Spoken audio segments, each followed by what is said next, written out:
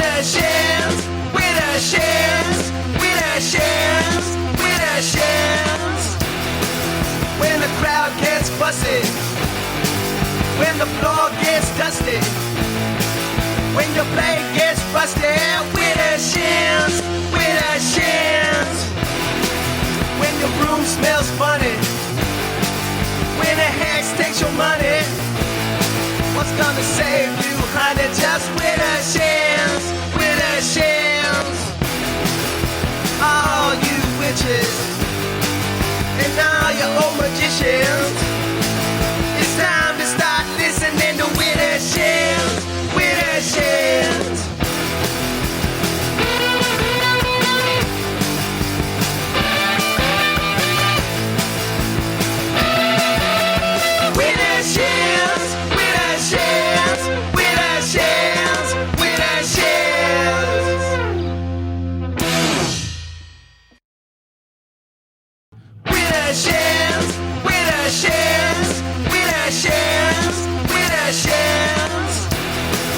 When the crowd gets busted, when the floor gets dusty, when your blade gets rusted. Witches, witches. When your room smells funny, when a hex takes your money, what's gonna save you, honey? Just witches, witches. All you witches and all your old magicians, it's time to start listening to witches, witches.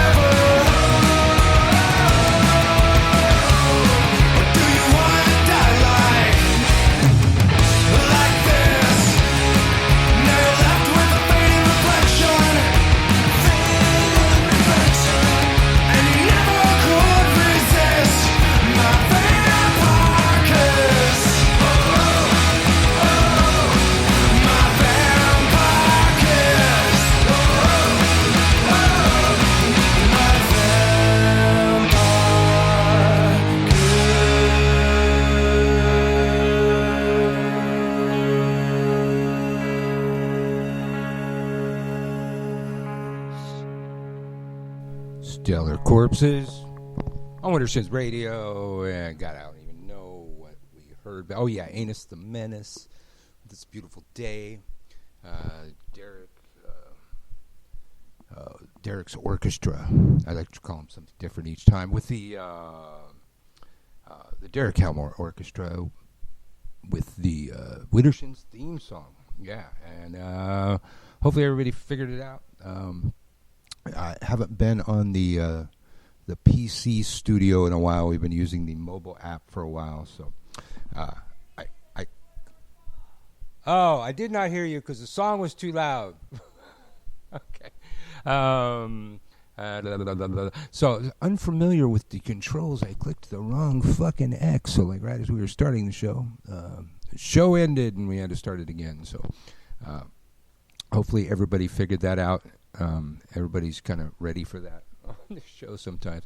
I don't know if that means that I'm going to have two versions of the show on Spreaker and then two versions on fucking YouTube. But, you know, being that the first version of the show is like 30 seconds long, hopefully people figure it out because it's just like one of those technical difficulty shows that we've had in the past.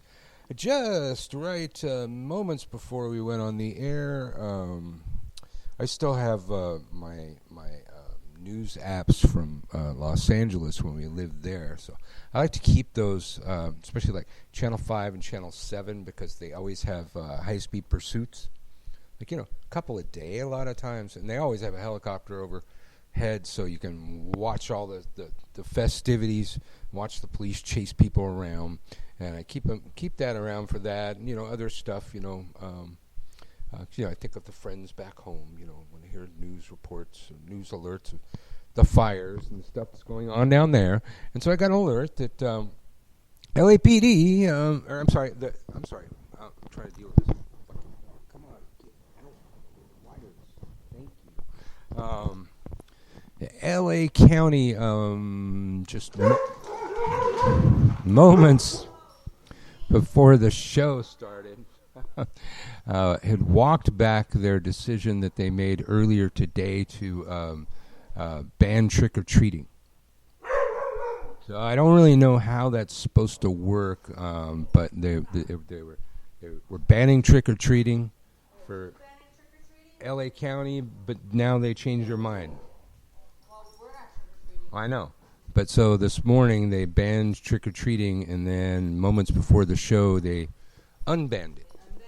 They slightly modified their procedure. They throw the candy. I don't know how it's supposed to work, but yeah, it brings some people discuss, imagery. Some people discuss like leaving a bowl of candy out, you know, and not interacting. Yeah. That doesn't work either, because then all the kids have their grubby hands like all over all the candy. Yeah. And so that's not the everybody solution either. Everybody knows how that works. The kids are going to either, you know, grab a handful or just dump the whole bowl in their bag. So that's not what I'm talking about. I'm saying the ones that don't do that are still going to grab a bunch and put them back until they settle on something. Yeah. So they've altered their procedures, but I'm interested to hear how. There's trick-or-treating procedures? I didn't know we had any procedures. The procedures were there was going to be no trick-or-treating, and now they said they slightly altered their procedures, and giving no further details. There might be trick-or-treating? Is that what they altered it slightly to? Now it's, you know, it's not banned. It was banned. Now it's not banned. Okay. So, well, what do I know? We're not going, and that's all I'm saying about it. But, you know, knock yourselves out, parents. Knock yourselves out. I figured it out. We're going to... Statistic, there's like over 500,000 COVID-positive kids in the United States. If I have something, it was like 515 or 550. I don't know. But it was more than 500. We know that kids, you know, in general, fare much, much better than their parents. But there are some kids who don't, you know, like the kids who have asthma or, you know, just weak lungs for some other reason, or, you know, childhood diabetes, or, you know, whatever. You know, those kids are hit hard. So it is. I think it is really serious, even if most of them do fine. You know, I mean, would you want to have that one kid who doesn't do fine? I wouldn't. I know. Kids can die from it, and you know those that don't are going to spread it all over the fucking place. Yeah, other people. They're still spreaders. You know, like if they spread it to each other during trick or treating, they're going to bring it home, and you know maybe grandma will get affected.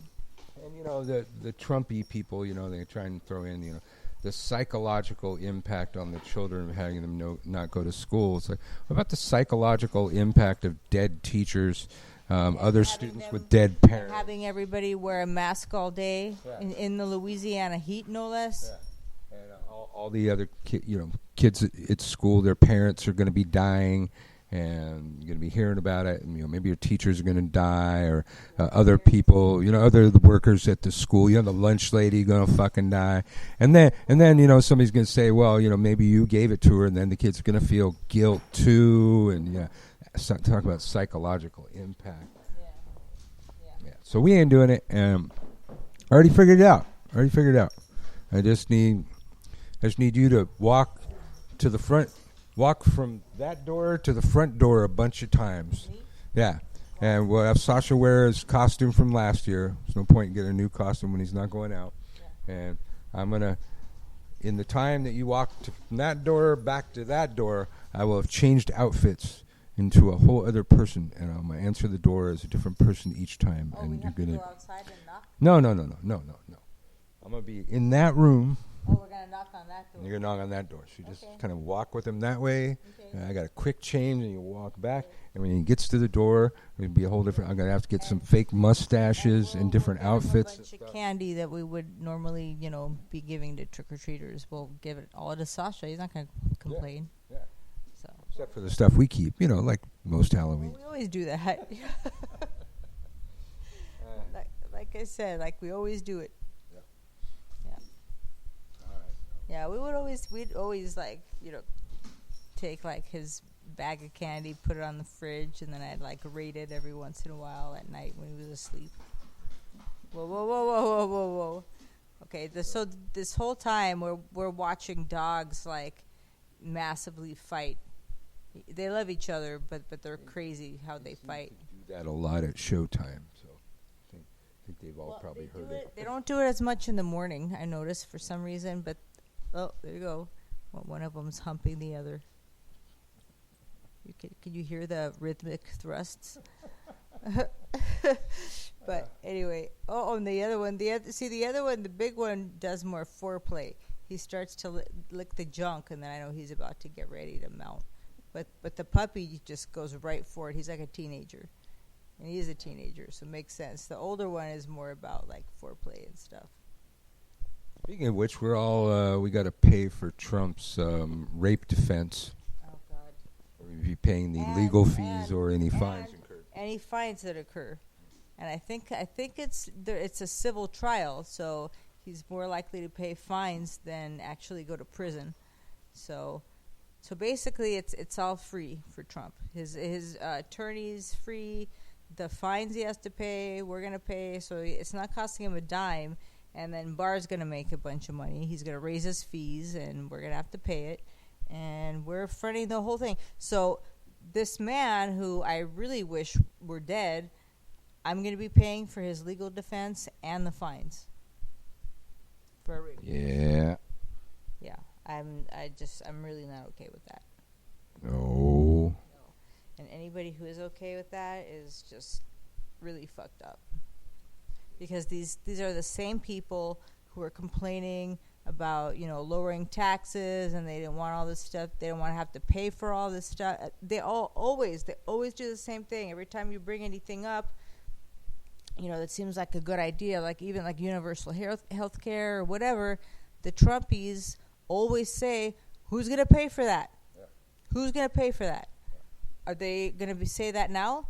It's like we have to pay his legal defense and any fines of something he did in the 90s, I bet you not a single one is going to be like, who's going to pay for that? Like, somehow that's okay to put our taxes towards that. But healthcare, that's, you know, heresy. Trump supporters have no souls. They sold those a long time ago, so they'll bend anything they can to still support Trump. It doesn't matter how vile. We've gone past so much vile. I mean, now there's probably still people trying to, say, oh, he didn't say all that stuff that he said about the soldiers being losers and suckers. And, they're going to try and twist that because the reality is just too much to face. So what they're going to be saying is that, since Trump was innocent and this is just another hoax attack from the Democrats, of course we should pay his legal expenses. That's what you're going to say. And then what about COVID? What the bombshell that came out today? Bob Woodward has a new book out, or I don't know if it's come out yet, but CNN got a copy. It's called I think it's called Rage, and he has Trump on tape saying back in February that it was very deadly stuff. He said something like that, and he said more. And this was a big word for him to use, but he said it's more strenuous than the flu, and just said all these, he knew how horrible it was. And then after about a month later, Woodward interviewed him again in March. And Trump admitted, to playing it down. And he said, I didn't want to cause panic, which, as we know, had the opposite result. But then it's that spokesperson, Kayleigh McEnany, specifically said Trump did not play down the coronavirus. She told everybody that. And clearly he said that he played down the coronavirus, and it's on tape. So seriously, how are they going to squirm out of this one? And why did he tell the truth to Bob Woodward? I don't know. What was he thinking? Does he not know who he is? I don't know. Well, maybe he's just really that stupid, and he was just got confused about what he was supposed to say and when and to whom. I don't know. Wow. I don't know. It seems like an intelligent person would probably keep his mouth shut about it, or maybe he said it first and then he decided to downplay it later and forgot that he ever told Woodward. I wouldn't, put that past him. Like when he accidentally spoke, it was on camera when he said, when more people vote, the Republicans can't win. And I was like, well, we know that, but you weren't supposed to say it out loud, dumbass. I mean, we know it. His voters are so stupid that he can say that. Yeah. He can, and he does. It's like this will blow over.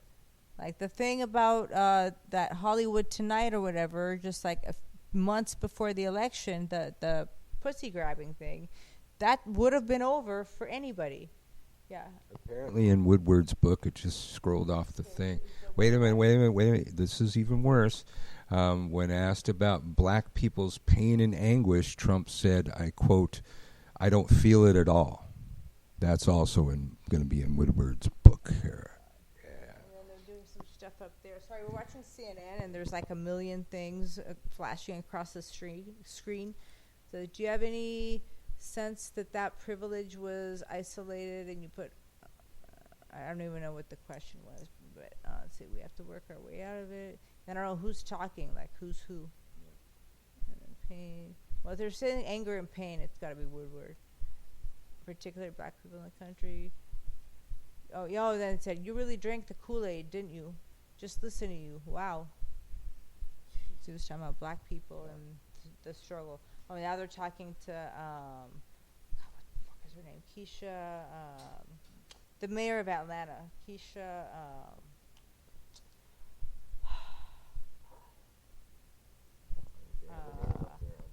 Bottoms. Bottoms. Hold on. You know what? I'm sorry. I know you guys can't see what we're doing. Bottoms. Oh, I was right. Keisha Bottoms. Ugh. I just should never underestimate myself. Okay, yeah, Keisha Bottoms. So yeah, she's the mayor of Atlanta, and she had COVID. She got better. I imagine she's commenting on these comments.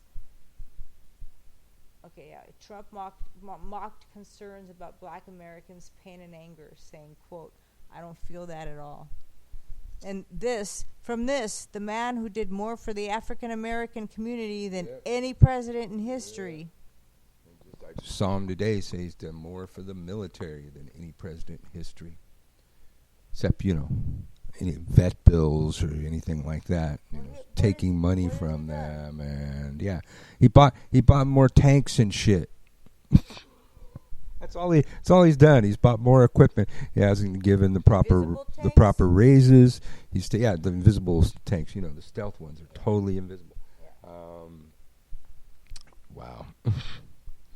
Well, and that's the thing. We actually, I don't know what they do with it, or if we're just not supposed to talk about it, but they do have the technology. They have made a tank with what we would have to call a cloaking device. And it's pretty fucking badass. No, but way long time ago. 20 fucking years ago we had this goddamn thing. And it basically has fiber optics built in all the way around it, and it projects a picture on the side of the tank of what's on the other side of the tank. Okay, so this says Trump dismisses white privilege, accuses Woodward of drinking the Kool-Aid on race. Okay, that's when he said it to him. Sorry. So it was a long time ago, so I don't care. But you said we had the technology to make it. 20 years ago, we had the technology to make it, so I'm wondering where the fuck is that? I don't know. Or do they have them? We're just not supposed to know about? Yeah. We have tanks rolling down the street right now. I think I hear a tank. No. Rolling down the street. That's the whole point. You can't detect it. You can still hear it. Cloaking devices. You don't get to decide what makes a cloaking device. Whoa. In my world, cloaking devices are silent. In your world, maybe they're not. The technology that I just described was visual technology. So yeah, that was 20 years ago. Today's technology is going to be silent. You stop living in the past. Back in the day. Sasha doesn't want to live in the past. That's why we call her the clown that left me. Welcome to Wittershins. I'm your emotional support clown. Yes. Dog's giving us a weird look now. You can't see it because it's radio. I don't know. Emotional support clown? Yeah, that made the dog feel some kind of way. And now he's trying to find food. Oh, look at it. He's always sniffing in the air. I think he smells the cat upstairs. Yeah. Because our ceiling fan is like wafting the cat's scent. And he's like standing under it and sniffing in the air. Okay. Let's see other current events. Now Oregon's on fire. West Coast fires have moved north. We have family in Oregon, and we also have some friends in Oregon, and it sounds like they had really strong winds that knocked out some power lines, and that's what started the fire. That's what I hear. Yeah. I mean, I didn't pretty hear common. Anything else. I haven't heard like accidental person setting it off, or no lightning or anything like that. So yeah, wind, power lines down. And then, I was saying earlier today, a friend of mine lives in Salt Lake City, and his little girl was supposed to start school yesterday, but the power was out. And then somebody this morning, said that she talked to her ex in Salt Lake City, and he said there was a fire there too. She said, I don't know, he always exaggerates, so I don't know if there actually is or not. But yeah, I don't know. I mean, it doesn't look good. No. Doesn't look good. All these climate change deniers and everything. Why was all of California in the triple digits in September? Why is that? Some places it's here we actually based on what I expected, we actually had a pretty mild summer. I thought I'd be dripping in sweat all day for months, and we had a few hot days, but it really nothing memorable. I totally expected hotter. But California, on the other hand, they have triple. Somebody took a picture of their dashboard at Santa Cruz, California, at midnight. It was 91 degrees. That has never happened. And this guy grew up in Santa Cruz, and he was like, I have never seen this ever in my life. 91 degrees at midnight. Well, it's another reason that I say that real witches don't vote Republican. These are the people killing the environment, and more so under Trump than anything else. You know, what if we got no nature, where's the magic going to come from? What's in your magic? We're gonna pull it off the stars? That takes too long. Takes too long to get here, dumbasses. Well, the sky's going to be blacked out. We're not going to see the stars. Yeah, there's that too. Well, no, even if we lose the atmosphere, it'll just be black day and night, and we'll have stars both day and night, even if the sun's up. That sounds lovely. Yeah. So, and I've seen a bunch of pictures on social media today. The sky in California is just... for anybody who's seen Dune, you know how there's like this orange haze across everything. Everything looks like it has an orange filter on it. That's what this looks like. It says California fires choke out the sun, sky turns orange. Like, when was the last time we had a headline like that? California fires choke out the sun, sky turns orange. And so now we have this going on. We have COVID going on. We have a fucking criminal in the White House. It's an election year. We know that he's going to cheat. Russia's going to help him. Like, oh, look, Trump slammed his fucking generals, accused them of being weak. Huh. Trump slammed. Oh, so he called them fucking generals, if it's in quotes, yeah. Former Defense Secretary Mattis called Trump dangerous and unfit with no moral compass. I remember Mattis. Yeah. But is this going to change anything? I don't know. You know, I'm kind of tired of every time some scandal happens, I'm like, okay, this is the one.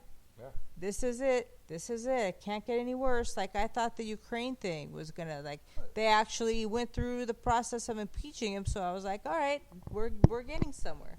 Well, it should have been it when he made fun of that disabled guy. Yeah, it should have been it. And way back. Yeah. Well, and the Hollywood, Access Hollywood tapes. Grab him by the pussy. Also, should have been over then. Should have been it. Instead, the James Comey decided to investigate Hillary 3 weeks before the election. Why did that do her in? Russia. It's the nature of his voters. I mean, I understand Russia helped, but I also know that I know people who aren't bots and they spew the same crap. So. And now the Senate Intelligence Committee has confirmed the majority of Russiagate, and nobody's paying attention anymore. Nobody cares. We can't impeach him again, I guess. Yeah, what's the whistleblower? That just came out today. I don't remember all the details. I just read about it, so I want to maybe just look at it, and so I don't get any of the facts wrong. But there's a new. Oh, here we go. So, Department of Homeland Security official told to alter intelligence on Russian interference. So this is a whistleblower complaining, and they have it's not like an anonymous whistleblower like in the impeachment hearings. Like, they have his picture, they have his name, his title. Death threats probably now. Sure. Wonderful patriot Trump people. Some water. So I'll just read at least a part of this. So it's a whistleblower complaint alleging that this guy was a official, and they talk about like his record, like he's just like his shit don't stink. Like, this guy has a good record. He's a reliable person, a credible person. But anyway, DHS official told to alter intelligence on Russian interference and white supremacy. Like, you know how he's always going on about, like, you know how, well, we know the white supremacists that, like, show up with arms and do all the shit. Yeah. So he was told to play that down and to make, you know, the other side look like how, you know how they're saying, like, Black Lives Matter is just a bunch of thugs and looters. So that's coming from the top. Yeah. They're decimating that kind of information. So the subhead says, Brian Murphy says he was pressured to suppress details in his Homeland Security intelligence reports that President Trump might find objectionable.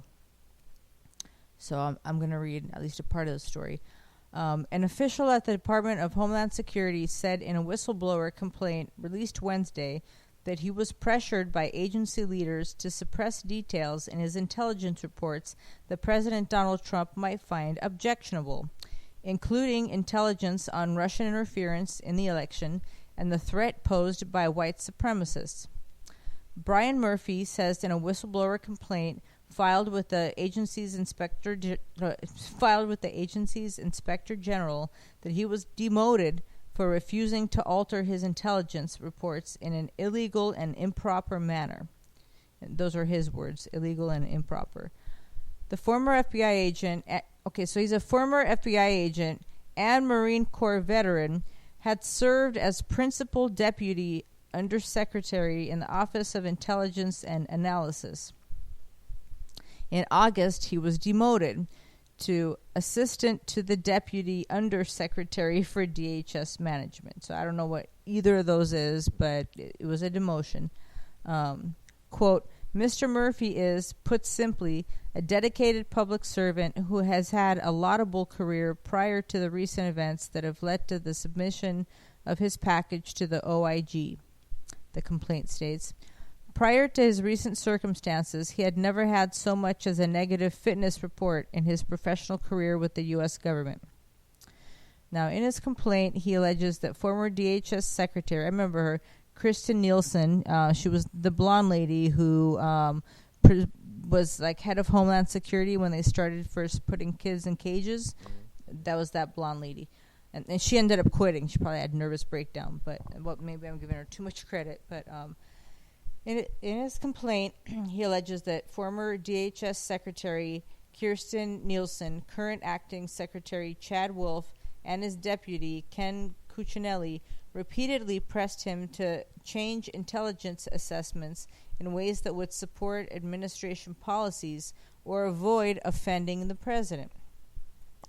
In one example, he said Nielsen and her deputies pressed him to exaggerate the number of migrants with links to terrorism who have been detained at the southwest border. Murphy said she falsely used a higher figure in testimony to Congress. The complaint says Wolf, who has been nominated to be secretary by Trump, directed Murphy to cease providing intelligence assessments on the threat of Russian interference to the U.S. because it, quote, made the president look bad. Murphy said he declined because it would be a violation of his duties not to do it. He said Cuccinelli directed him to modify a section of the report on white supremacy to make the threat appear less severe and to include information on left-wing groups to echo administration talking points around civil unrest following the protests over the killing of George Floyd. A copy of the complaint was released Wednesday by Rep. Adam Schiff of the House Intelligence Committee. Schiff says he has asked Murphy to testify to Congress. The DHS did not immediately respond to requests for comment by the Associated Press. So what do you make of that? Same thing. Trump's the father of fake news. Well, no, but they're just like, you have to alter it so it doesn't make the president look bad. Or it might offend the president. Like, what is this? Like, He puts out fake news, fake science, fake policies. And it's Adam Schiff, which he calls a shifty shift, so he's going to like act like, he made all that up. Well, what is it going to take, people? What is it? Remember just like last week when the CDC suddenly took away everything that we'd been taught about COVID-19, like all the precautions, like it's not on surfaces, it doesn't get carried in droplets. There's pretty much all the ways that you do get it. They suddenly said you don't get it. Do you remember that? Well, I remember specifically what it was. I mean, the thing about the surfaces is kind of true. Like, we don't disinfect everything that comes in the house anymore. But they did go back on a bunch of, I forgot what it was. No. They said if somebody has been in contact with somebody who has COVID, they do not need to get tested. Yeah. That's what it was. Yeah. And Governor Gavin Newsom, the governor of California, said, we will not follow these guidelines. We'll continue doing what we're doing with testing. So then all the Trump supporters are like, now we're not following science? Like, when did you ever follow science, bitch? Remember how shocked we were? The CDC just went back on everything that they said. Well, now the story is that the White House wrote that on behalf of the CDC. Like, I don't know if they have access to the website or exactly how that fucking. It was bullshit. I was like, what the fuck? I figured the White House had told them what to say. Newsom was like, no, sorry, no can do. We're not following your quote guidelines. Yeah, well, especially after he just, told them to rake the fucking forest again. Well, I think which is his responsibility. If we're gonna get technical, even if that were the way to, keep fires down, it's his responsibility, not California, not the states. Look at the jobs he could create, hiring people to rake the forests. I think we should rake it with his ass. That'd be cool. Yeah. That'd be cool. Be a bad job. You're just out in the forest, just raking. We could put him in front of a plow and make him crawl like an ox, and then it could rake everything. Oxen rake. The imagery. Ox and the rake? No, oxen. No, I know. I know you know. Okay. Damn it. Chicken and the cow? All right. We'll take a break. Then we're going to talk about witchy stuff. We've been talking about, the bully in the White House.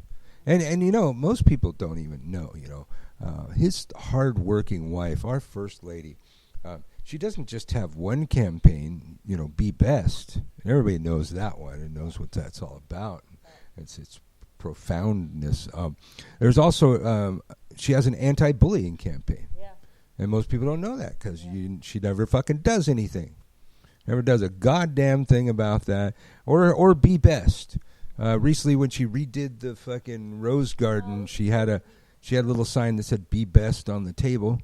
That was about it. And talked about Be Best or her deep, deep philosophy of how to be best. But we also don't hear much about her anti-bullying campaign. Yeah, she was going to help us all. Dropped that one to only do Be Best.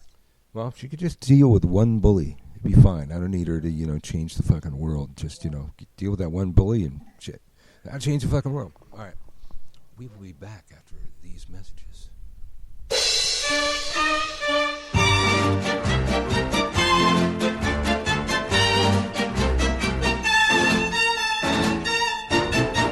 I ache for the touch of your lips, dear, but much more for the touch of your whips, dear. You can raise welts like nobody else as we dance to the Masochism tango. Let our love be a flame, not an ember. Say it's me that you want to dismember. Blacken my eye, set fire to my tie as we dance to the Masochism tango. At your command, before you here I stand. My heart is in my hand. Ugh, it's here that I must be. My heart entreats, just hear those savage beats, and go put on your cleats, and come and trample me. Your heart is hard as stone or mahogany. That's why I'm in such exquisite agony. My soul is on fire, it's aflame with desire, which is why I perspire when we tango. You caught my nose in your left castanet, love. I can feel the pain yet, love, every time I hear drums, and I envy the rose that you held in your teeth, love, with the thorns underneath, love, sticking into your gums. Your eyes cast a spell that bewitches. The last time I needed 20 stitches to sew up the gash you made with your lash as we dance to the Masochism tango. Bash in my brain and make me scream with pain, then kick me once again and say we'll never part. I know too well I'm underneath your spell. So darling, if you smell something burning, it's my heart. Excuse me. Take your cigarette from its holder and burn your initials in my shoulder. Fracture my spine and swear that you're mine as we dance to the Masochism tango.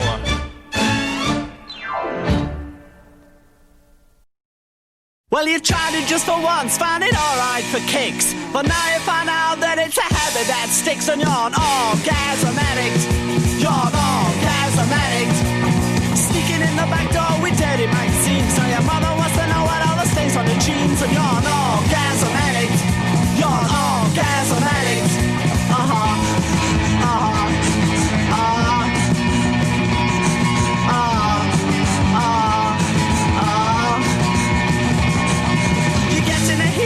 You're getting assault, but you still keep a beating your meat to pulp, and you're an orgasm addict.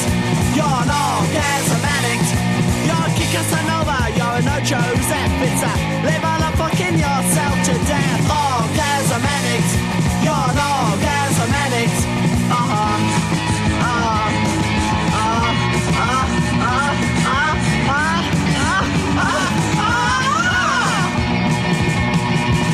You're making out with school kids, winos and heads of state. Giving a minute with a lady who puts the little plastic bombings on the Christmas cakes. Butchers, assistants and bellhops, you've had them all here and there.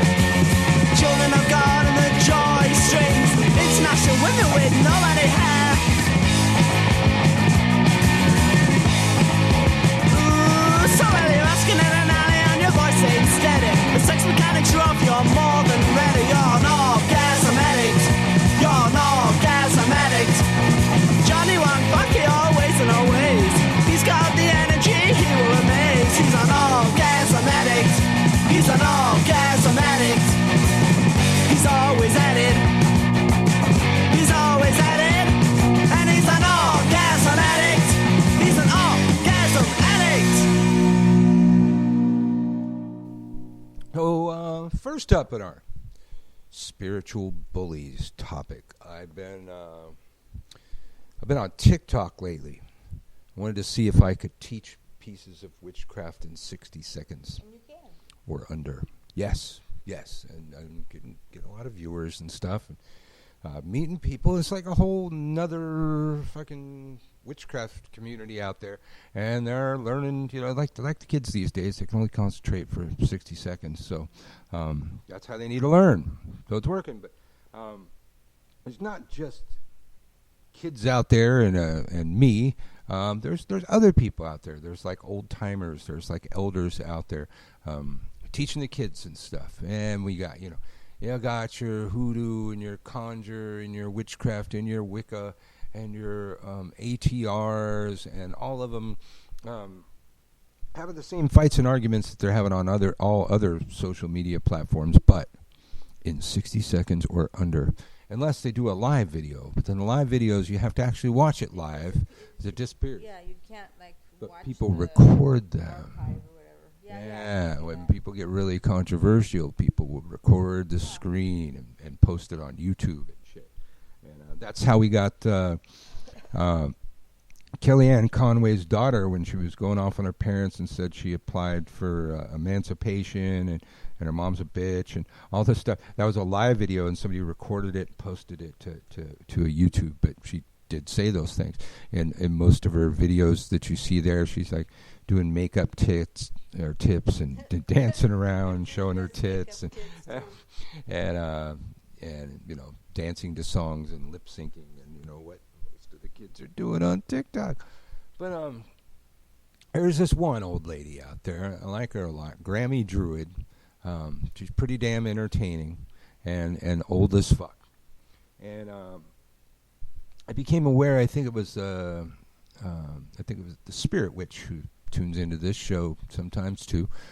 She tagged me on this one post, and there's this guy, allegedly a Polero, and he's threatening this old woman. Now I understand, it does come up in Palo, Apollo's like the male dominated ATR of them all. Men have the prime spot in it, so it happens. The machismo crap comes up. It's also Caribbean-based religion, so you get that kind of Latin machismo in there too. And it's called peacocking, and it happens. There's a lot of beautiful things about the tradition too, but I can't count how many wars I've seen, like Tata Oriate on, and I've seen him, against Eric Cologne, and that's only one of the few who I actually heard of. Most people I never even heard of them.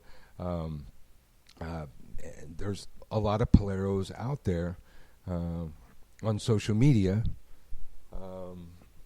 Hexing, throwing on all this stuff, and so I understand it. I don't advocate it, but I understand the whole machismo bullshit that happens. But I just don't understand how that ever applies to an old lady. I think, and the only reason that it does apply to this old lady from this polero is based on the color of the old lady's skin. She's white, so that makes it okay. She's also a polera, and maybe you had a problem with that. Now, listen to this guy go on. He just gives up way too much information, because he says in his rant that he, one of his god sisters in his Munanso was ancestral witch. And there again, she's white. Apparently he had issues with that, but the Munanso he came from didn't seem to have issues with that. He says white people can't do it. You can't do it. You can't be involved in it. Spirits won't work with you because the black ancestors don't like white people. Prompting me to make a couple videos. I think that's just the dumbest fucking thing in the world, that your ancestors are racist after death, or bigots, or homophobes, or anything of the kind. If that's what people are contacting and thinking that those are their ancestors, then those people have some really weak fucking magic. There's a residual energy that is sometimes seen as haunting, and people think it's a ghost.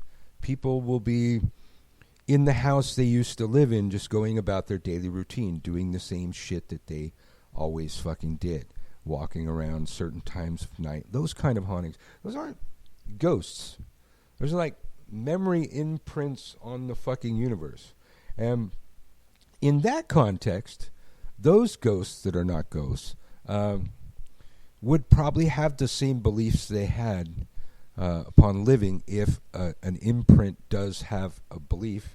But ancestors, after death, I would certainly hope that I'd be elevated, I'd be a better being. I'd join with my higher self, unite with all my different past lives, which are probably several ethnicities, different colors, different sexes, all that thing. I would unite with my whole, my Godhead, as it were, and be bigger, better, and as a spirit, a perfected being, not a bigot, not a homophobe, not sexist, not any of those things, especially in that context, because I would have joined with all of the other lives that I have had. And I probably would have been several of those things that I hated. If I was sexist over here, I've joined with one of my lifetimes where I was a woman, and that'd kind of fuck up that whole narrative for me. And since I'm free from the bonds of this earth, I would hope that my mind would be wise enough to see the futility of those beliefs in that context. So, at any rate, elevated. That's all I was ever taught in Palo about my ancestors, was to elevate my ancestors. And there was this whole little ritual with a candle for my mom, and each day I put another book under it until it's up on a stack of books, and then until it got high enough till it got to the level of the Bovida, and then you'd move it over onto the Bovida, and I was elevating her up to that. That makes sense. But these people making arguments on behalf of their ancestors that justify their bigotries. I don't buy that because, I got into Palo where they told me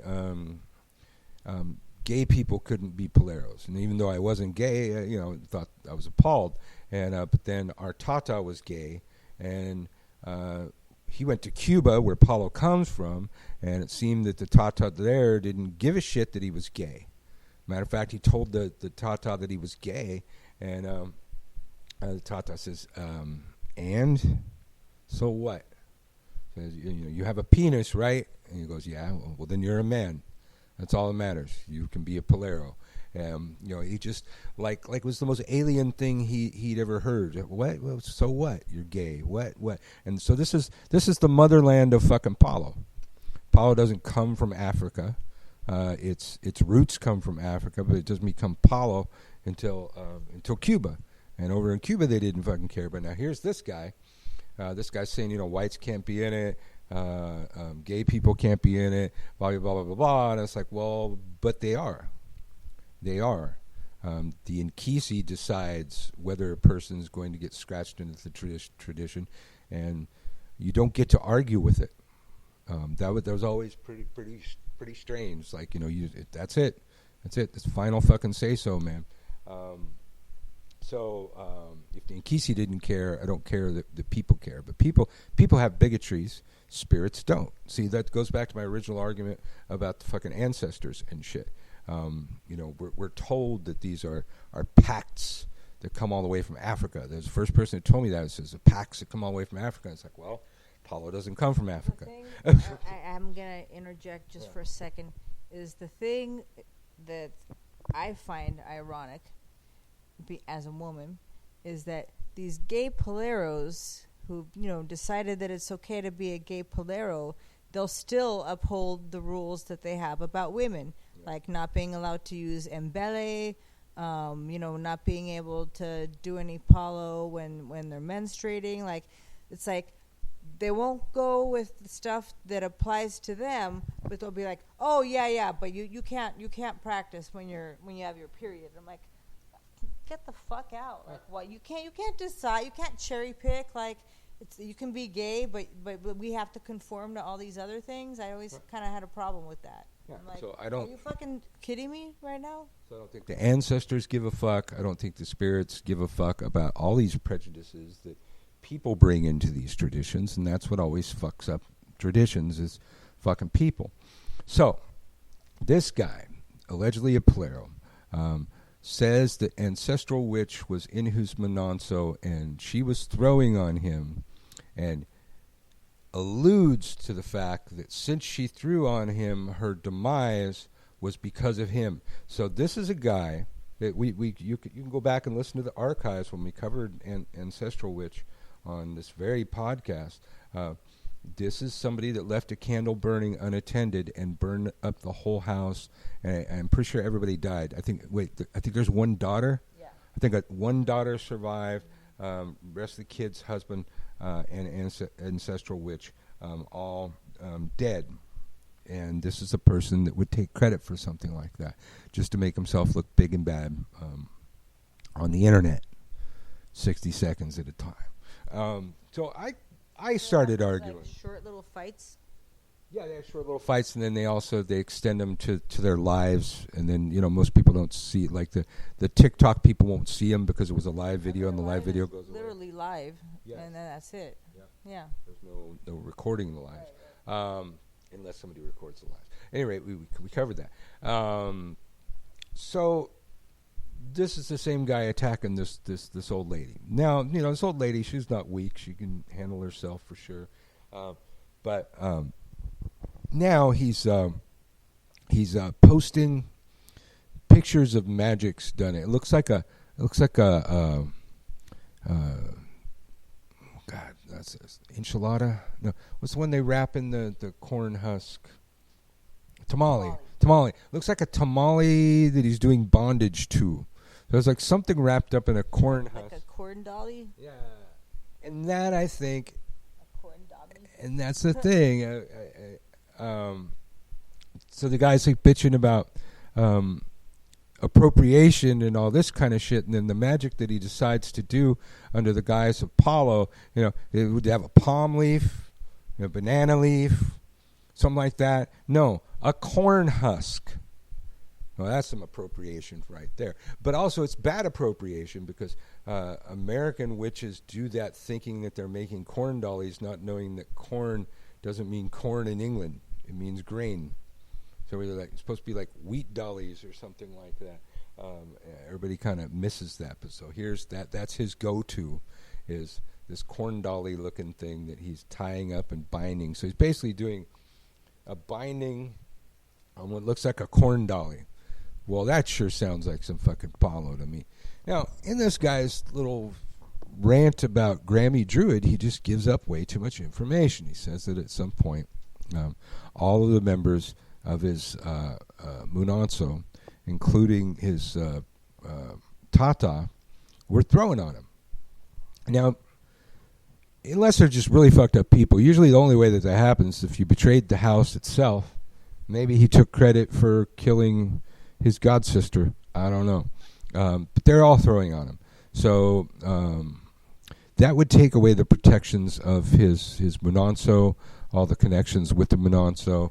A lot of people get scratched just for, get initiated in Apollo, just for the protective aspects of it. So I don't even think this guy's even a Polero anymore. He's like a defrocked Polero or something out there, telling everybody who can and can't be a Polero and attacking old ladies on the fucking internet. And so now you got me responding to him, other people responding to him. One good thing that I've seen over here on TikTok is they're getting organized. These witches that are getting attacked are, and have witnessed attacks, are organizing to do something about those attacks. They've created a hashtag to alert people to these attacks. And even there was one out there, this like autistic vampire girl, or I think she's got, no, not autistic. I think she's got like Down syndrome. She looks like she's got Down syndrome. And she's getting bullied out there by different people out there. But she's like sitting there fucking crying for her fucking 60 seconds one time. I couldn't even tell what she was saying. I had to have somebody tell me. And they go, what? Somebody bullying that? I mean, God. Yeah, they bully fucking Down syndrome, young girls, old ladies. I mean, these are some punk ass fucking bullies over here on fucking TikTok. But it goes on, and there's so many people just can't stay in their fucking lane, want to get involved in other people's spirituality. I mean, this was the beauty of witchcraft. Back in the day, even with early Wicca, there's just a couple rules. We don't even really have those anymore. And other than that, nobody gets to tell you what the fuck to do. We don't recognize earthly authority figures. Even where we have priests and priestesses, they shouldn't act as authority figures. And in some places, they might have to step in and, quell some shit. But, be in there telling people what to do, what not to do, and what they cannot do. I don't think it's the role of clergy. That's not in witchcraft. It never was. Witchcraft was supposed to be a rebellion against the traditions that we were brought up in, and to do the opposite of those traditions as much as possible. Now, maybe, I don't know, since so many people are embracing Christianity in different magics nowadays, maybe it's become more popular. But hell, I'm glad I don't have anybody. None of my elders in my tradition are alive anymore. I didn't kill them off like that Polero or anything. It's just fucking old age did. So there were people like that. They did tell me what to do. They did, tell me what to do a bit too much, or step outside their lane, or outside the authority that I had given them over my spirituality. And I always got up in their faces. I was always up in my high priest's face, arguing with him and shit, and fighting for different fucking rules. And that was okay. He would exercise an authority, but I still had the right to get up in his face about it. And it's like these people that try and use their priesthood. It's like, you have to do what I say and none may say me nay. That kind of crap. I don't like it. I don't like people that lead with their titles either. I don't need to hear that you're a high priest or high priestess every fucking minute. I don't need to hear that you're a ta-ta all the fucking time. Those people concern me. Those people tend to be the worst type of clergy. The people you do not want to be your fucking leader. And I'm sure there's always exceptions to every rule, but it is one of my red flags. And especially like if you have like your title is part of your screen name or whatever, I'm gonna be a little leery of you right away. That concerns me. And some people that's it is an important step in your life. But some people it's like the biggest thing they've ever done with their lives, and they want to wave it around. It's like that's not what it's for. You don't have respect for the office when you do that to it. To me, clergy is responsibility. It's a bunch of responsibility. The Trumps of the Apollo world. Yeah. And Trump's a bully. Yep. So let's see. Oh, the death ticker. They're showing us the deaths as Trump denied the deaths. Oh, wow. July 2nd, 129,000. Oh, those are good times. We're only 129,000. Like 6 days. Oh, that's great. Well, and that's the thing. So he's denies saying that, but here he is. They have like the timeline of him denying it while everybody's dying. They tend to forget that we have video. They kept I think it was on the first day. They kept talking about how great and swift his response is. They had that idiot doctor, remember, from Louisiana, talking about how great he was. And I was like, wow, who are these people? Who are these people? It's like nobody better ever question how people follow dictators and how it happens and how they let them come into power and why Hitler came into power. Everybody used to question that, but I see a lot of college classes forming after Trump to really like study like the psychology of it, and just there's a lot you can do. He's a really fucked up individual, and we know one thing. The only thing I'm happy about is that more people understand what narcissism is now.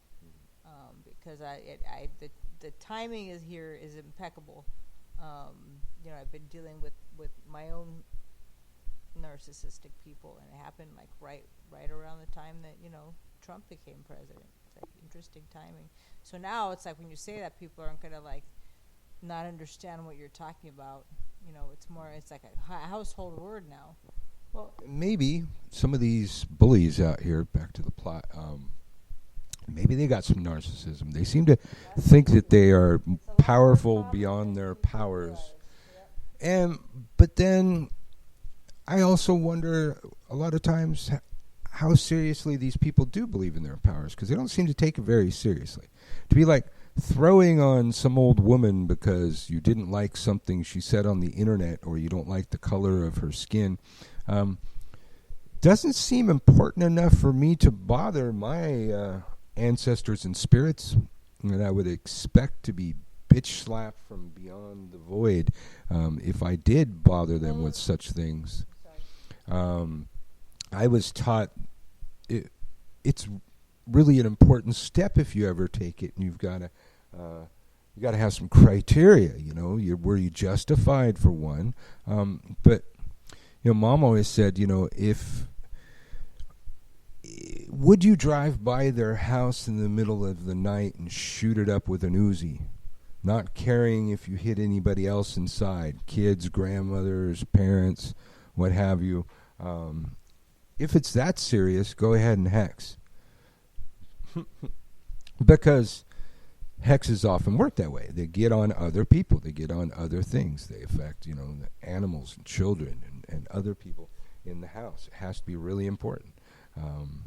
Would you, if you could get away with it, would you? Is it bad enough that you'd kill? You'd go up there and and let's say you didn't even get to use a gun. You had to go up and just strangle the person. Was it that important? And if it is that important, based on something somebody said on the internet, I think you need some help, psychological help. Call one of them hotlines and get yourself put away before you do some damage out there. But I just can't believe these people. And they've been going on for days, these people. And I can only see them through Grammy Witch's page because I got blocked right away. I was arguing with the guy, and he was like, he told me, well, you can't be a Polero and being a white person. I said, well, hey, my Palo's working fine, bro. You do you. And he said, whatever in Gayo, which is a first degree initiate. I was like, oh, dude, I haven't been in Gayo for quite some fucking time.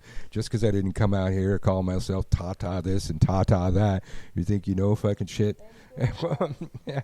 And then I just and then I closed it. He said, what one more thing, and then I said, well, good luck with that, but you're kind of a dick, so maybe that's why your entire Mononso was throwing on you. And at that point, he blocked me, and so like that kind of thing. It's like, God, maybe you shouldn't be out there playing bully and playing big badass motherfucker if all you got is like blocking.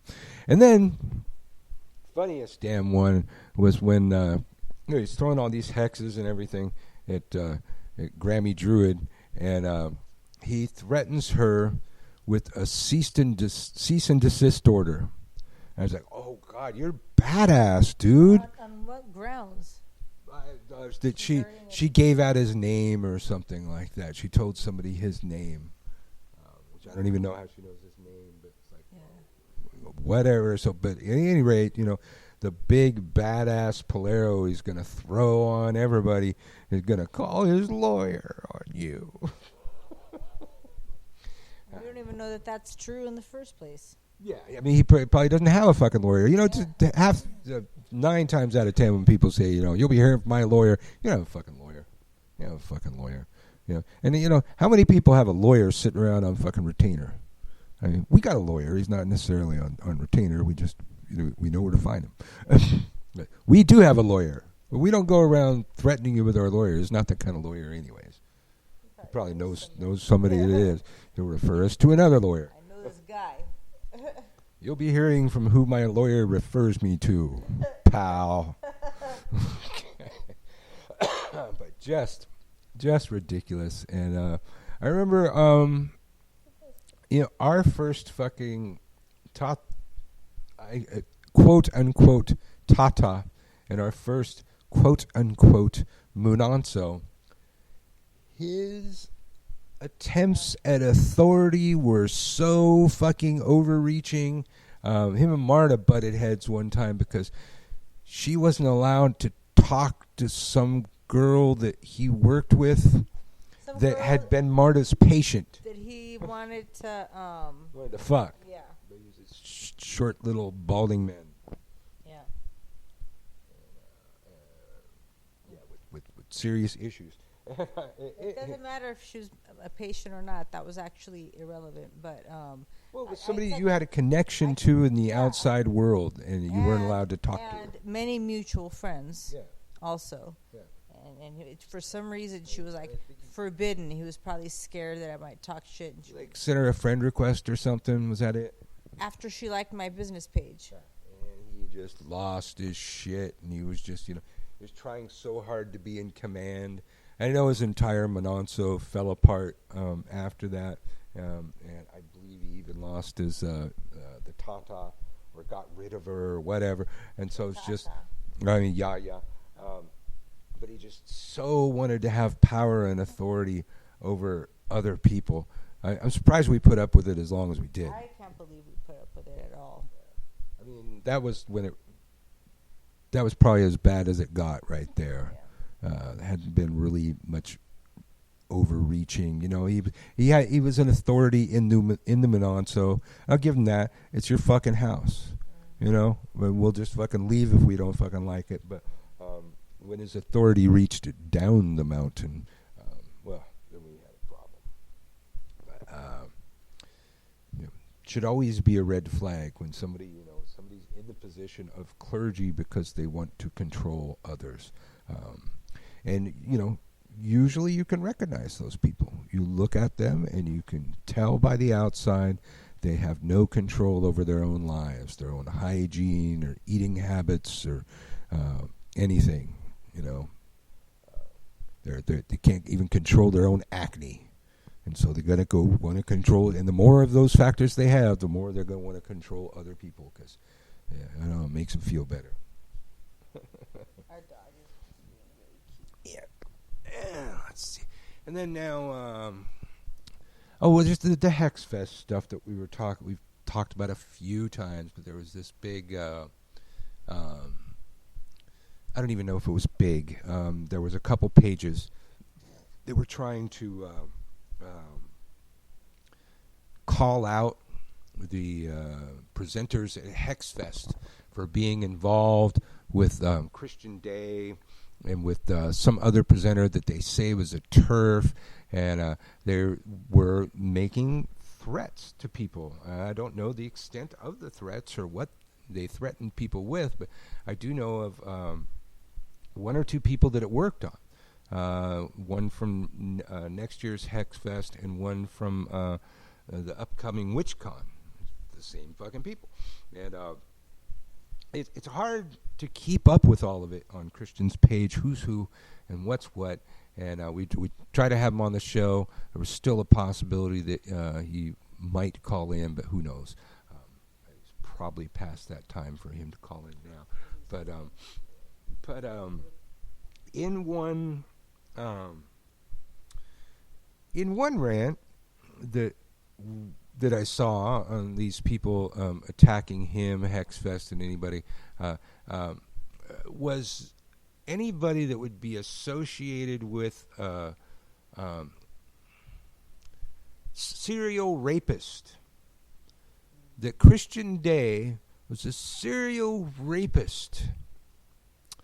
Now that was quite a stretch. Now this is part of the problem, when you've got a mob or when you're trying to make a case stick against somebody like that. Let's say we took it to court. Well, if I was the other side, what I'd have to do is poke a hole in your credibility. I'd have to find some shit that you said wrong, and then everything else that you said in the courtroom would be tainted as well and could possibly be wrong. It's like, well, is this somebody that's going to stand so vehemently on the idea that a guy's a serial rapist, when in fact what happened while he was in a argument with somebody that used to be a close friend, he said something about like he wished that she'd get raped, or words to that extent, and that was it. That was it. Terrible. Yes, he admitted it was terrible. He apologized. He even made a large donation to a rape crisis center. There's only so much you can do to make something right when you've done something wrong, and I think the guy did that. I think the guy, righted as much of the wrong as humanly possible. I've seen way worse apologies. I've even received way worse apologies. But that's the kind of thing. These mobs get all whipped up. They throw out, you throw out the word serial rapist, that's going to trigger some folk. I've seen people call him a child molester. And there's no charges, no stories, no nothing, not even a vague rumor except for that one there. That's another one. That's a trigger. You call somebody a child molester, you call them a serial rapist. So these people not stupid. They know how to inflame people. They're trolls. That's what trolls do.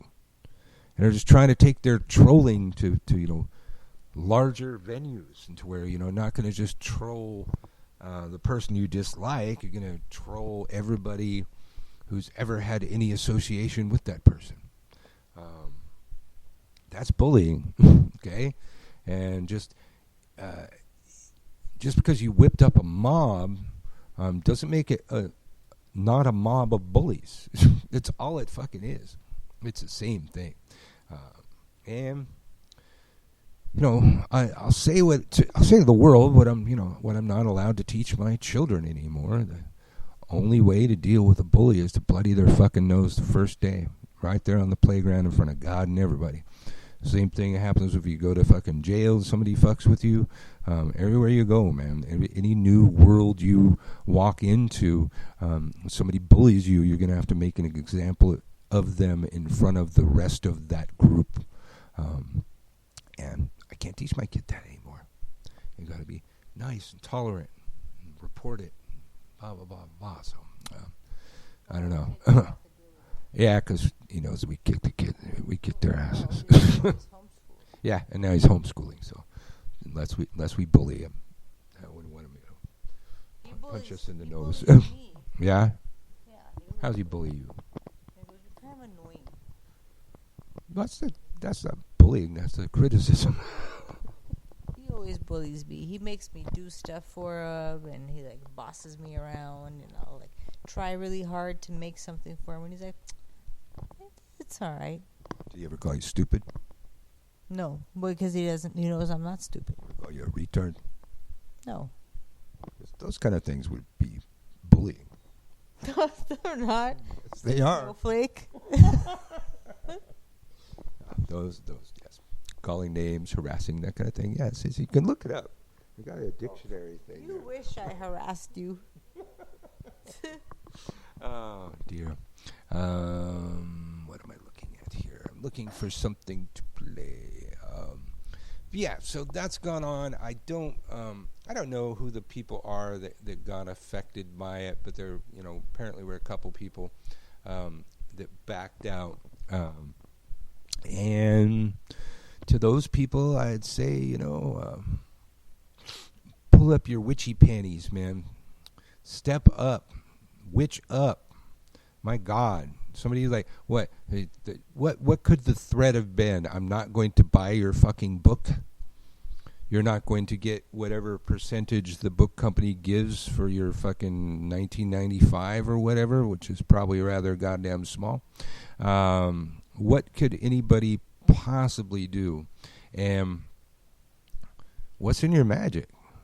If you're really that worried about somebody, affecting your livelihood or something like that, I don't know. Maybe people made death threats, but still, that's not how you deal with death threats or anything of the kind. That's not. You don't negotiate with fucking terrorists. That's what we got here. Bullies are fucking little terrorists. You get a mob whipped up. Well, now you're an organized terrorist. Now you've organized a terrorist organization. I just would hope that our religions, our spiritualities, whatever these things are that we're doing are to make us better people. My tradition that I grew up in, they called it the way to perfection. The idea was that we were trying to become perfect beings like God. That God was our perfected creator, or our creator, and it is perfect. And we were supposed to be progressing spiritually over a series of lifetimes to attain that perfection, to yearn towards being something better than we are. So many people out there in a lot of our traditions just wanting to be the lowest fucking common denominator of human fucking detritus. It's sad. To quote our president, sad.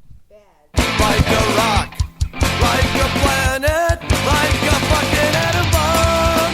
I'll remain unperturbed by the joy and the madness that I encounter everywhere I turn. I've seen it all along, in books and magazines, like a twitch before dying, like a pornographic scene. There's a bar behind the window, there's an ugly laughing man, like a hummingbird in silence, like the blood on my door. It's a generator.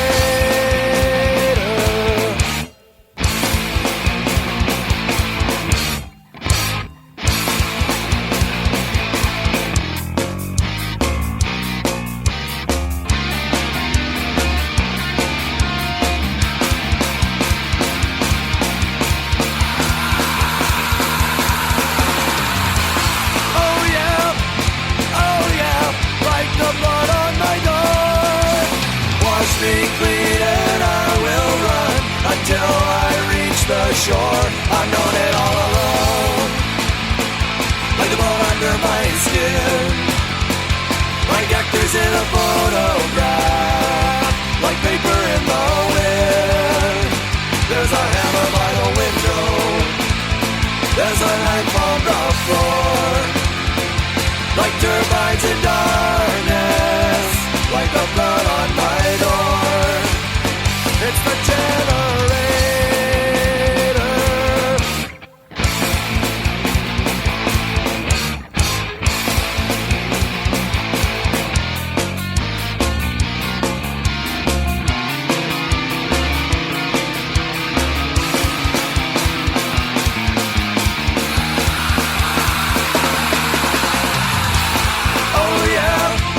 Oh yeah, like the blood on my door.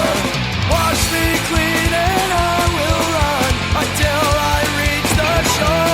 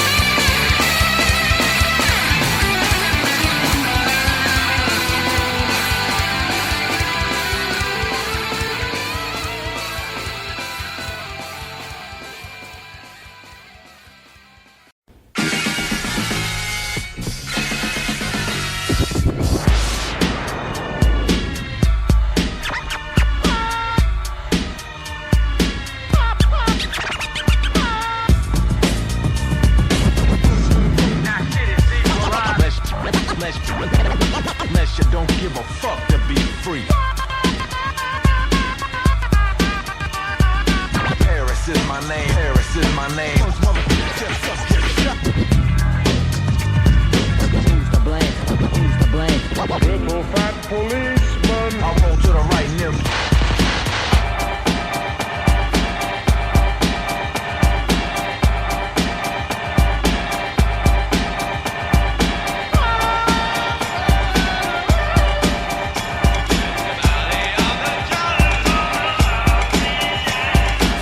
To hell, they was felt from all the fire and pain as they rained on the brains of black men.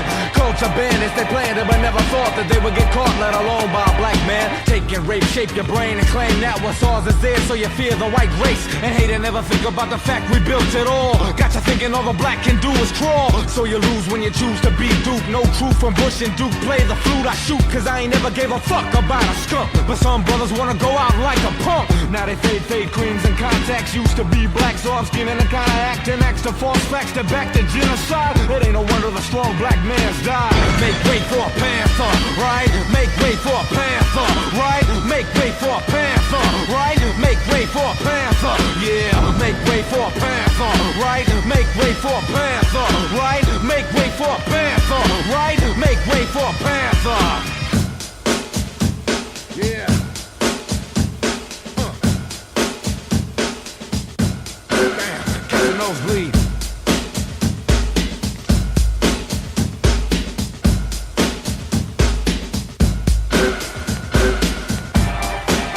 The revolution can't survive if the revolutionary is killed. So the revolutionary has to be wise to avoid the killing fields.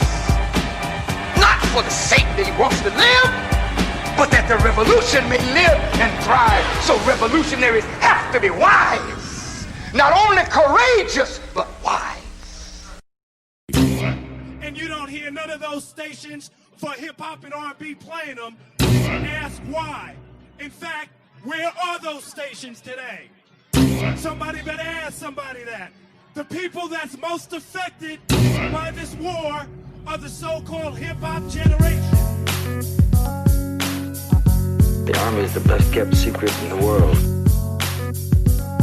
And every soldier gets his or her own private room. You can forget that old brown boot image of the Army. It's a job like anything else. You'd love it. All the soldiers do. I remember how it started, remember the time I was watching Rap City about 8:45. Commercial said the military giving money for school.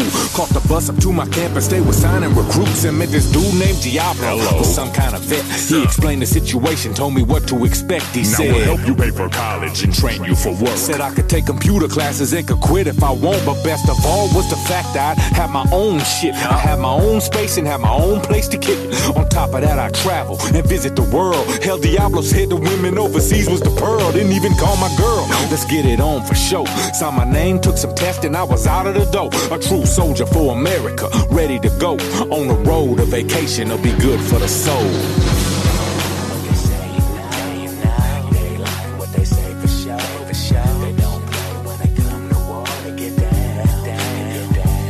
I showed up at basic training, but what a mistake. Cause this motherfucker yelling at me all in my face. In this dirty ass latrine, 50 men in a room, running laps up in the mud at 4 o'clock in the morning. I'm scrubbing toilets, doing laundry, and feeling the pain. If I didn't know no better, I think boy was my name. Same bullshit line, so many bit for me. Got a nigga twisted up in this illusion of freedom. Fuck this shit, I'm out tomorrow, made up my mind. Everything Diablo said I'm finding out was a lie. That's when my unit got the call, the commander-in-chief wanted ground troop assignments, keeping peace in the east. What a relief. I'm thinking finally something new. Shipped us off and 20 hours later we was en route. Touchdown around 11. The desert was brutal. Then the ground split and caught us by surprise from the shooting.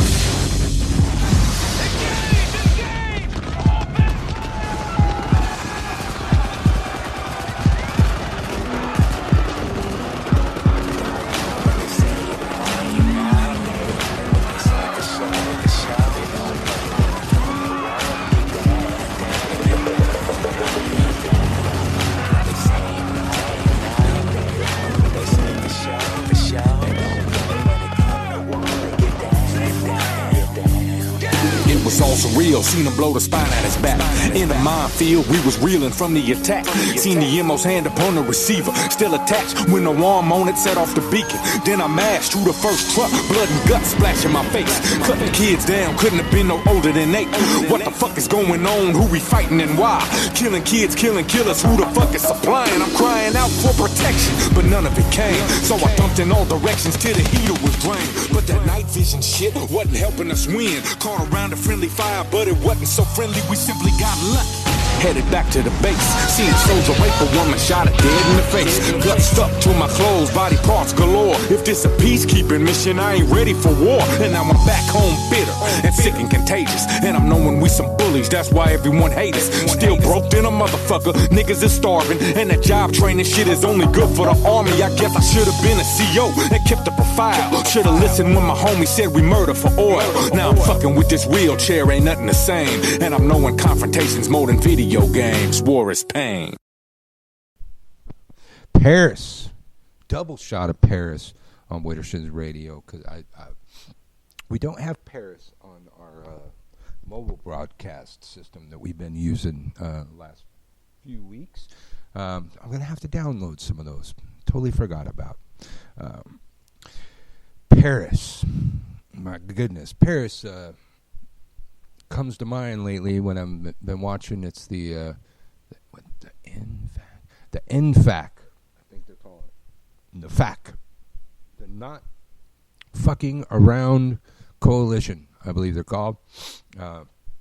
Basically, a black militia type group, all former military, all carrying the guns we associate with militia members, but dressed pretty much like the Black Panthers, all in black. They've been showing up to Black Lives Matter protests and other places. They even showed up at the Kentucky Derby the other day.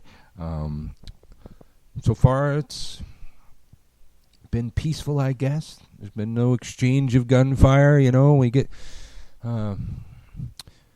groups of people like Klansmen and Nazis, and then you give the black people guns too, and they're at the same place. I don't know. We already have people shooting each other at protests, but I think that's part of the point. This is a response to that. They're arming up, and they look like the Black Panthers, but I don't know. So far, there's a guy that's always talking. He's always plugging his website. All the videos that I've seen, he seems to be doing a lot of self-promotion. And some of the other NFAC members say that he's just all he does is give speeches. He just not into the guns and all that stuff. So it'd be interesting to see where it goes, because the black, we think of the Black Panthers. That's what we see too. We see old footage of a bunch of black men, military gear, berets with guns, and that's what the visuals we see here are too. But the Black Panthers, like, they were making their own schools. They were making their own community kitchens, feeding the entire community. They had libraries. I'm sure they had a lot of revolutionary stuff in their libraries. But they were like organizing their own mini society in the society, similar to MOVE. Most people don't know. I think it's got somewhere in the 80s when I believe it was Philadelphia Police Department dropped a bomb on the apartment building where the members of the Africa movement called MOVE were staying, and they were, black militants too. I don't think they were really big into guns, but they were kind of barricaded in their apartment building, and the brilliant idea was to just drop a bomb on it. Now, these apartment buildings were all connected to other apartment buildings. There's no gap in between them or anything of the kind. They literally dropped a satchel bomb out of a helicopter on top of this house. I've seen the footage 100 times. And then sat back and let the entire black neighborhood burn, including the MOVE members. Some of them eventually came out. I think several died. Some of them are, I believe, in prison to this day. That led to Mumia Abu-Jamal on NPR covering the story, and what led to him ending up on death row to this day too. All these tied in alleged militant movements, but MOVE, like the Black Panthers, was creating their own society. They're creating their own businesses, their own exchanges, their own meal programs, same goddamn thing. So I don't know. We'll have to see what happens with this NFAC, if they can do the rest of what goes with the image, even though most people don't remember what goes with the image. Okay, so this is totally off topic. Well, I was on another topic already. Okay, so for those of you who don't know, I'm a total news nerd, so I'm always really interested in what's going on, and so all this stuff was happening with Trump, and we keep reading it on there's a book.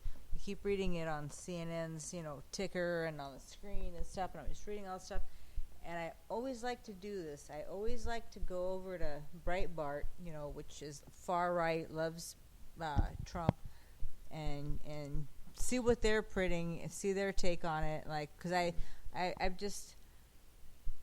I so don't understand how anybody can support him, that I look at things like these to be try to give those people the benefit of the doubt and be okay, well, if this is their news source, they're probably going to believe it. And so I'm it's easier to blame Breitbart than family.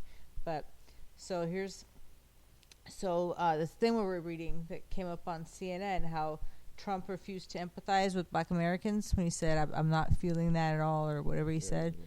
So according to Breitbart, so I love this. Every time they start with fact check, it's like a series they have. Yeah. It's like gold medal mental gymnastics shit right here. I just remember like I don't even remember the last thing I read was so far fetched. I don't even remember what it was because my brain just doesn't even work that way. Okay, so this thing, fact check. Washington Post suggests Trump refused to empathize with Black Americans, which is what we saw. Apparently, he's got it on tape. So this is Breitbart's fact check. Claim, they're trying to be like Snopes. Claim, an article in the Washington Post uses excerpts from Bob Woodward's new book, which contains extensive interviews with President Trump, to claim that President Trump disagreed with the notion of empathizing, I guess. That's what they're trying to say. Okay, that's it. It's misspelled for emphasizing too. I think it looks like emphasizing but missing an H, so it's wrong that way, and they don't even mean that. Okay, so I'm sorry. I can't even deal with this quote journalism, but okay. Empathizing with the anger and pain of Americans, particularly Black Americans. Verdict, according to Breitbart, false. So it's gonna be. I will never remember. He has it recorded, but yeah. Yeah. Trump disagreed with the notion that white people have to escape the cave of their privilege, a concept advanced by far left racist, critical race theorists. Whatever the fuck that means. And so I'm going to go down. Okay. The Washington Post paraphrases the exchange between Woodward and Trump in a manner that underlines the latter part of Woodward's question, which highlights the need to empathize with the anger and pain of Black Americans. In another conversation on June 19th, Woodward asked the president about white privilege, noting that they were both white men of the same generation who had privileged upbringings. Woodward suggested they had a responsibility to better understand the anger and pain felt by Black Americans. No, Trump replied, his voice described by Woodward as mocking and incredulous. You really drank the Kool-Aid, didn't you? Just listen to you. Wow. No, I don't feel that way at all. Okay, so then that's exactly what we heard on CNN. So they have it here, and then the next paragraph says, however, the complete transcript reveals that Woodward's question actually addressed the far-left notion of white privilege, a concept touted by pseudo-scientific critical race theorists, the same idea that the Trump administration has condemned as racist and is eliminating from the federal government. So how does that contradict what we just Nothing. read? Well, none of it contradicts anything. They're just trying to. They're just trying to like, but most of the people reading this are going to be like completely confused by now. And okay, so the transcript is Woodward says, but let me ask you this. I mean, we share one thing in common. We're white privileged, my father was a lawyer and a judge in Illinois, and we know what your dad did. Do you have any sense that that privilege has isolated and put you in a cave to a certain extent, as it put me, and I think lots of white privileged people, in a cave, and that we have to work our way out of it to understand the anger and the pain, particularly Black people feel in this country? Do you feel, and Trump interrupts him and says, and that's when he says, no, you really drank the Kool-Aid, didn't you? So how is that any different? I mean, it's added. I mean, it's okay. So okay, word for word, what he says is, do you have any sense that that privilege, meaning white privilege, has isolated and put you in a cave to a certain extent, as it put me, and I think lots of white privileged people, in a cave, and that we have to work our way out of it to understand the anger and the pain, particularly what Black people feel in this country? That's exactly what he said, and somehow Breitbart wants people to believe that, like, it was all taken out of context. Like, the context is exactly the same. Yeah. Like, yeah, okay, we don't have the cave analogy, but that's not changing what he's saying at all. So now here's more Breitbart.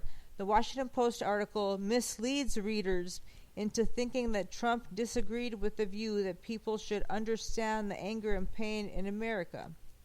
But the full transcript reveals that Woodward suggested to Trump that white people need to work their way out of their cave of privilege in order to empathize with others. That is the notion that Trump referred to as Kool-Aid. Okay, that's it. Actually, that's the end of the story.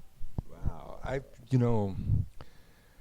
wouldn't even give them credit for gold medal mental gymnastics. There, it's just they're trying to make it sound like a contradiction, like they're trying to say. Okay, my take on it is they're trying to portray it where Bob Woodward said, white people have to get out of their cave, and they're kind of offended that he used the word cave, and that therefore Trump could say like, "Oh, you drank the Kool-Aid." So like say that Trump was only referring to the cave part. Well, they keep. I don't know. They keep talking about the cave, because this is every cave change anything. Yeah, that's what I'm saying. So I'll read the paragraph again that Breitbart wrote.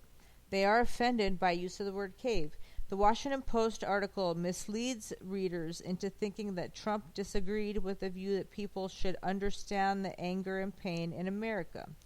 But the full transcript reveals that Woodward suggested to Trump that white people need to work their way out of their cave of privilege in order to empathize with others. That's it. That's all it says. And that, therefore, Trump... It says that is the notion that Trump referred to as Kool-Aid. So they're finding the use of white people being in a cave offensive. Obviously, I'm not defending him, but that's how I understand it. Like, why else are they talking about it? Because they want you to understand. They're like, he misleads people into thinking that, that he disagreed that we should understand the anger and pain, which is what he said. But they're trying to mislead you by saying that he feels that way. But really what he was responding to is work their way out of their cave of privilege in order to empathize with others. So you hear what they're saying? Yeah. They're offended by the cave analogy. And I don't feel that way at all. No, when he was asked to, that was part of Trump's quote. After asked to empathize and feel with the black people, so they're making it sound that our side is like purposely omitting important information, because we never saw the cave thing on CNN. They're not talking about the cave thing, but here they're really taking issue with the cave thing. So they're like, hey, you guys. You're not hearing the whole story. CNN only has this part, but look at this part. That's the part that Trump was disagreeing with. It's like it's the same thing. It's like squirrel. Look away. It's like remember backwards masking? With the tiger? No. Technically, that's backwards masking when you put in tiger country, you put a mask on the back of your head because tigers only attack people from the back. Yeah, that's what I thought you were talking about. No, but back in the day, back in, prehistoric times, Sasha, we're talking about back in the day. They used to do a thing like, play a Led Zeppelin record backwards. And I remember I had a whole tape of those things. I said, okay, so now what I heard when I played it backwards is, oh, it's my sweet Satan, the one whose path makes me sad. It's whose power is Satan. And so when he plays it, you do kind of hear that. But it's the power of suggestion. Mm-hmm. He suggested that you're going to hear that, and so you heard that. And I always said, well, okay, it's my sweet Satan, the one whose path makes me sad, whose power is Satan. So Satan likes gibberish? That's a fucking ridiculous fucking sentence. It's like, how is that going to get me to sell my soul to Satan? By brainwashing me to gibberish. It absolutely meaningless. And we saw, was it 2 weeks ago on America's Got Talent? This magician guy came out. Oh yeah. And oh shit, he wasn't on last night, so he's gonna be on next week. Yeah. Yeah. He did this thing. It was just it was really really subtle. He started a walk through a portion of Universal Studios, and he showed us how he did it later. There was there was tell him about that later. Okay. Tell me later. Okay, so he's just walking and talking to people. I think he was like talking about his life and how he got started, and just all that shit. He's just shooting the shit with people. So then he like gets on the stage, and what does he say though? He's like, does he say? He asked everybody. Everybody was supposed to already have a pen and a piece of paper. He has a bunch of people that are like on Zoom, presumably, and they have who are watching everything on Zoom, and they're it's like a Zoom thing. They're participating in what's going on, and so they all have a blank sheet of paper and a pen. Mm-hmm. And so then, what does he say? How does he? Well, then he asks everybody to just like think of, make a picture in their mind. Just close their eyes and get a picture of something, first thing that comes to mind, and draw it. Mm-hmm. And everybody on hundreds of screens and all of the judges all drew a little smiley sun face, and varying depictions of smiling sun face. So like the rays were different. Some were squiggly and some were pointy. Like they weren't like exactly the same drawing, but they were all drawings of a sun with rays sticking out. Smiley face. However, each individual person, decides to express it, but it was all the same thing. Yeah. So then he rewinds the footage, and and then what did I say? I looked at him and I was like, "Shit, I was thinking of a son." I don't care about them because I whatever. Like these are strangers on a screen that I don't know. The fact that I was thinking of a son and I was picturing to myself about what kind of squiggly rays do I want. So like I really was emphasizing like the rays of the sun, and that's what when everybody showed their drawing, that was really like what stood out was everybody had a different interpretation of what the rays should look like, and that was what I was like thinking on the most. So that's what was weird is like how do you get into my head? So then he rewound the footage, and from the beginning of his walk through the Universal Studios set, there were subtle little smiley face suns in like advertisements, and there was one that was scrawled on a little chalkboard by a little cafe scene, and it was wasn't just talking about him. He wasn't pointing at him. In fact, he was juggling at one point, so it was totally we were focused on him. You weren't even looking at that. Which that's the way Subliminals really works. It's like the stuff outside of your field of vision is the stuff that you're going to catch. And so he had subliminally programmed America to do this one thing. It worked on me. It totally worked. I can't vouch for all those people doing it on Zoom. It's like whatever. I don't know. But I know what I thought. And I'm telling you, it worked. That's exactly what I was thinking. Like when I think he asked Howie first or something, or like he showed it or something, and I was like, "What the motherfuck? What the fuck?" Like I wouldn't lie about that. Like power of suggestion, really it really worked. Damn. We only have a few more minutes. We have a few more minutes. So I guess, I guess we're gonna play something. So. We're here usually every Wednesday night from 5 p.m. Central Time to 7 p.m. Central Time. Got to follow us. Got to follow us because we've got more in our package. We've only been giving you the tip of our package, man. We've got so much more that we can do with our Spreaker package. And you never know when we're going to give you more. But if you're not subscribed, or you're not following on whatever format you're on, you won't know when we just decide to randomly go on the air, because we literally could go on the air anytime we wanted to. We could broadcast 24/7 with short breaks rebooting the thing. We could do that if we ever just had nothing better to do, which I'm really shocked through COVID that we never did that. I think because we're always doing that other stuff, and then now there's well. I'm still busy. Yeah. Even though, getting cleaning supplies and all this shit. Cleaned the sink yesterday.